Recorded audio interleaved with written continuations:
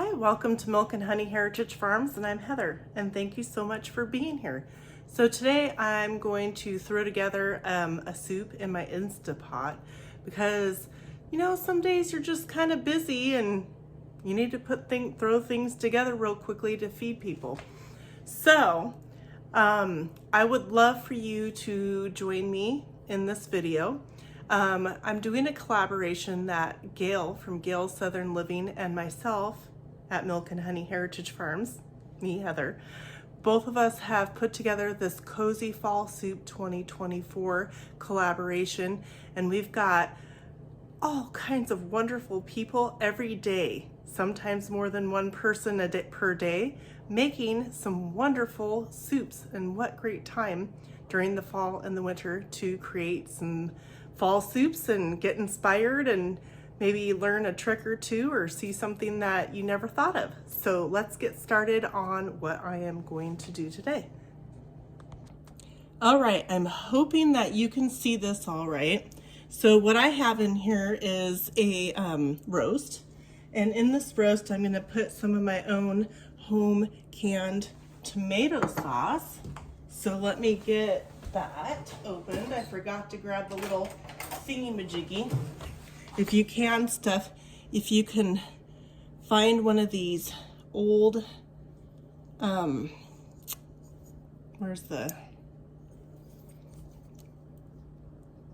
these are wonderful for opening these jars up. Anyways, so when you open up a new jar of something that you've canned, whether you did it yourself or you got it from someone else, you want to make sure that you hear that pop. And I'm going to add the whole jar of sauce on top of my meat. And so what I'm going to do is I cut up a bunch of vegetables. I'm going to add some low sodium, which means low salt, chicken broth. You can do beef broth or vegetable broth, whatever you want. It still makes for a great soup.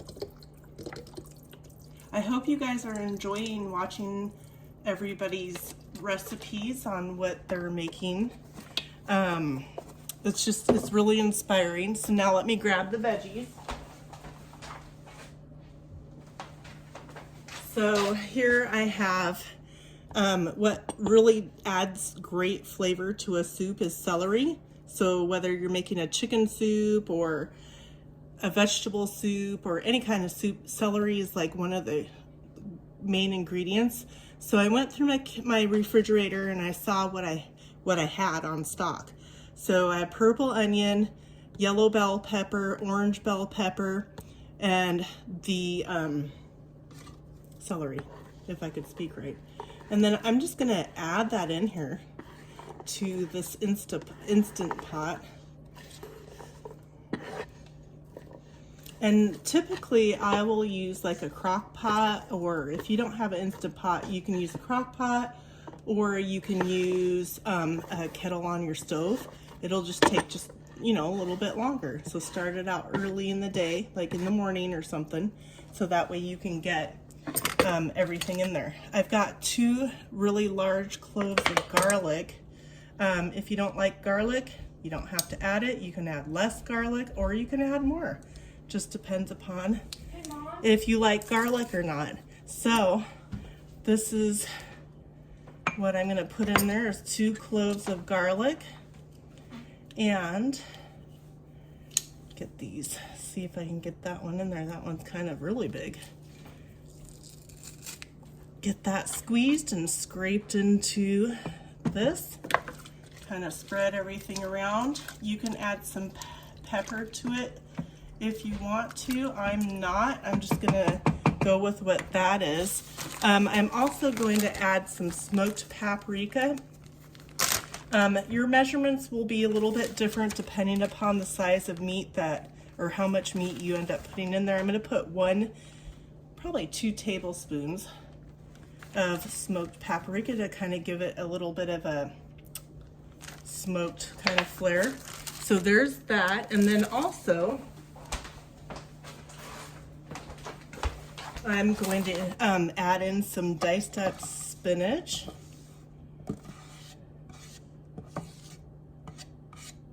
Get that goodness in there. And then I'm gonna also add in some frozen corn. I found some in my freezer. And again, I just went through my cabinets and saw what I had. I'm gonna add in probably a cup or so of corn. Stir that around just a little bit. You don't have to stir it really well, but just a little bit, kind of to even it out, just a smidge. That's it. And then what I'm gonna do is I'm gonna put the top on.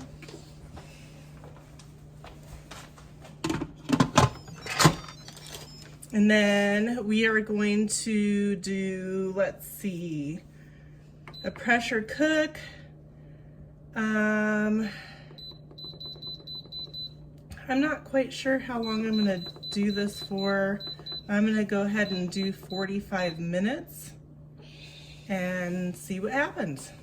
And then once it is ready and cooked, I'll bring you along and show you how, like, you take the lid off for safety reasons. This is just saying that it's on.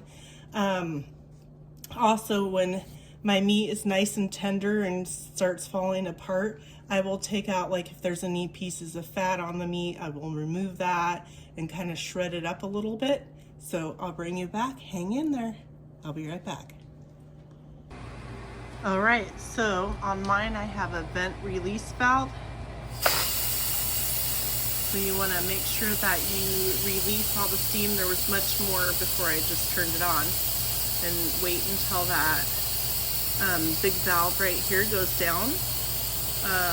All Instant Pots aren't the same, but if you have one like this one, you'll want to make sure that all the pressure is released before you open the lid. We're going to watch it as it goes down.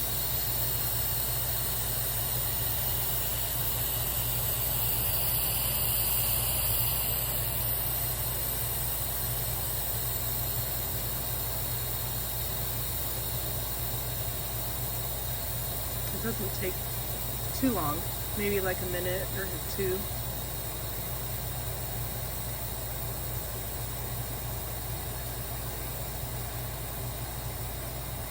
And then once it goes down, you'll twist the lid off and you'll open it with the lid facing backwards, so that way you don't get steam in your face, okay?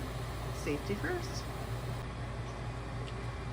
So you give the lid a twist and you open it, tipping the lid away from you as you do like even a regular pot of soup with a lid on it.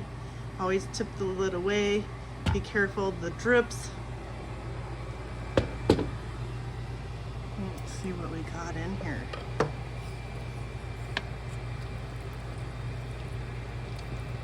Nice. I got my roast beef in here. Now I just have to cut some of the fat off of it and shred it. So there it is. A nice hearty soup.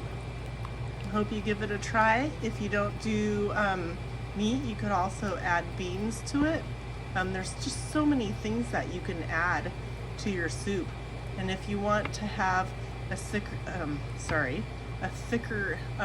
broth instead of liquidy, you can take some of the liquid out and put it in a pot on the stove on high to where it's a medium-high heat, and add a little bit of flour and use your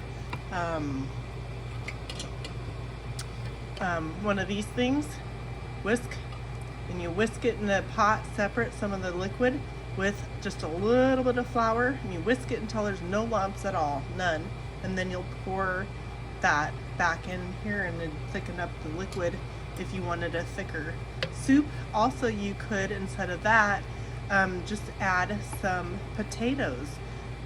Peel, wash, and cut up some potatoes, and put some potatoes in here. Potatoes will also help thicken up any type of a soup. So thank you for joining me.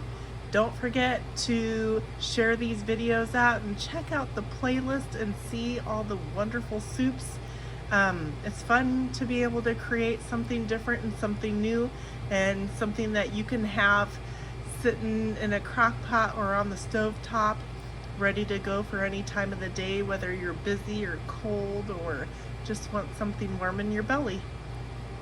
Have a beautiful day, and I'll see you on the next one.